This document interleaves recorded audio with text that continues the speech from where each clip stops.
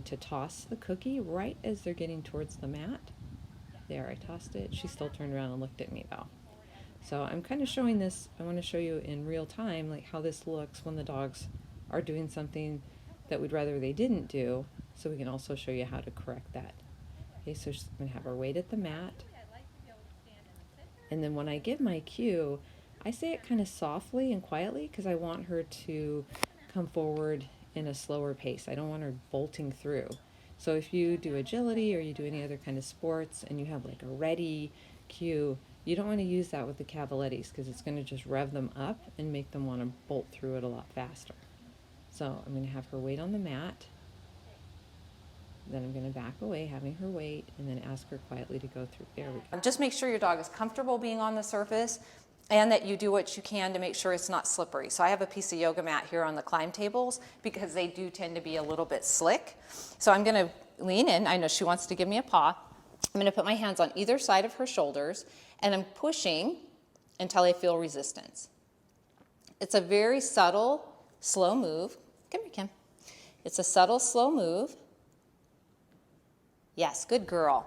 And she likes to do things that are more dynamic. So you can see she kind of pulled away. She's like, this is really a little boring for me. Good girl. Well, let's do it again. So I'm pushing until I feel resistance, and I think you can see the muscles. I can definitely feel them flexing, and that's what we're aiming for. And we're going to work on 15 seconds. I don't have a timer, so I'm kind of just estimating. Yes, good girl. Hind feet. In addition to working on their core, this also works really well on their rear end awareness. So we're going to demonstrate how to do this. It's helpful to take your dog over to the mat first and walk them over it so that they know that they're there. They know that it's there. So even though it's flat, it has a different surface than the black rubber mats.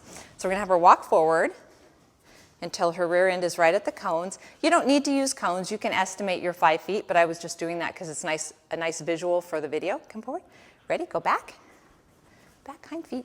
Yes, good girl. Very nice, Kimber. So we want the dog to back up straight. We want them to be leading with their hind feet. Come forward. Come forward. Ready? Go back. Back, back, back, hind feet. Yes, good girl.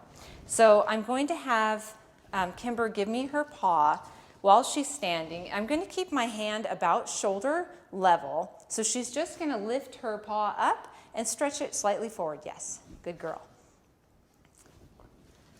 Paw. Yes, good girl.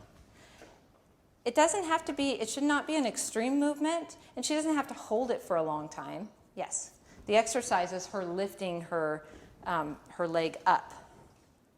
Paw.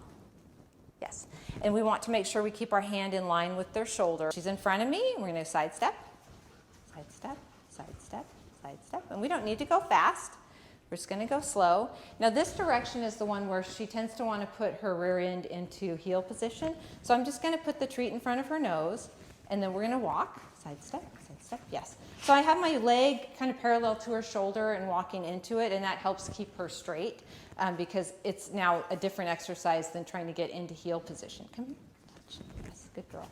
And if you have that hand touch, you can actually, that can help you put them into position. Ready? Side, side. Side, side. Yes, good girl.